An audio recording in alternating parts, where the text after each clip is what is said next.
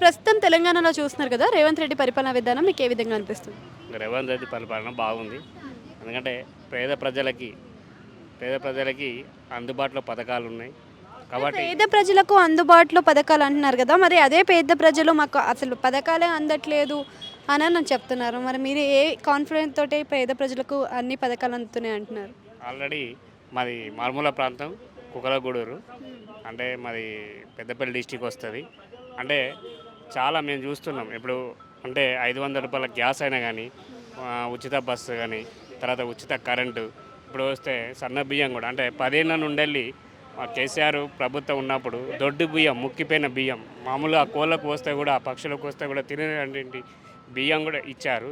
ఇప్పుడు సన్న బియ్యం అంటే దాదాపు ఒక కుటుంబానికి ఒక 30, 35 కేజీల బియ్యం వస్తున్నాయి. అంటే ఒక 1800 ఒక 2000 ఆదా అవుతున్నాయి.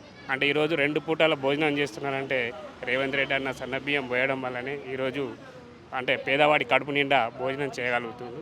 సో, డెవలప్‌మెంట్ విషయం ఏం చెప్తారు? ఈ మునుపు మనం చూసిన ప్రభుత్వం అయితే మనకి చాలా విధాల ఐటీ కంపెనీలు తీసుకురావడం జరిగింది. అదే విధంగా మనకి ఇంకా ఫ్లైఓవర్లు తీసుకురావడం గానీ, ఇంకా విద్యార్థులకు ఉపయోగపడేలాగా చాలా విధాలుగా అభివృద్ధి అయితే చేసింది. మరి ప్రస్తుతం ఉన్న ప్రభుత్వంలో సంవత్సరం గడిచిపాయే. కానీ ఇప్పటివరకు ఎటువంటి డెవలప్‌మెంట్ కూడా కనిపించలేదు. కనీసం విద్యార్థులకు కూడా గవర్నమెంట్ స్కూళ్ళను కూడా పట్టించుకునే పరిస్థితి లేదు అని అంటున్నారు. మీరేమంటారు? అది అంతా కావాలని అంటే రేవంత్ రెడ్డి ప్రభుత్వం మీద బురద జల్లడానికి వాళ్ళు ఒక సపరేట్ సోషల్ మీడియాని ఏర్పాటు చేసుకొని అంటే లేనిపోని సృష్టిస్తున్నారు తప్ప డెవలప్ అనేది ఖచ్చితంగా అంటే ప్రజలకి మంచి ప్రజలకి ఆ, చేరువైన పాలన చేస్తూ ఉంటే ఆటోమేటిక్గా డెవలప్ అనేది వస్తుంది. ఖచ్చితంగా డెవలప్మెంట్కి ఎలాంటి ఇబ్బంది లేదు.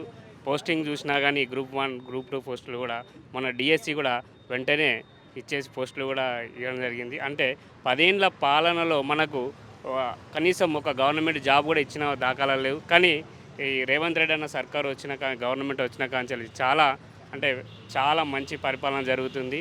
మేము అది అంటే పాలన బాగుందని మేము అనుకుంటున్నాం.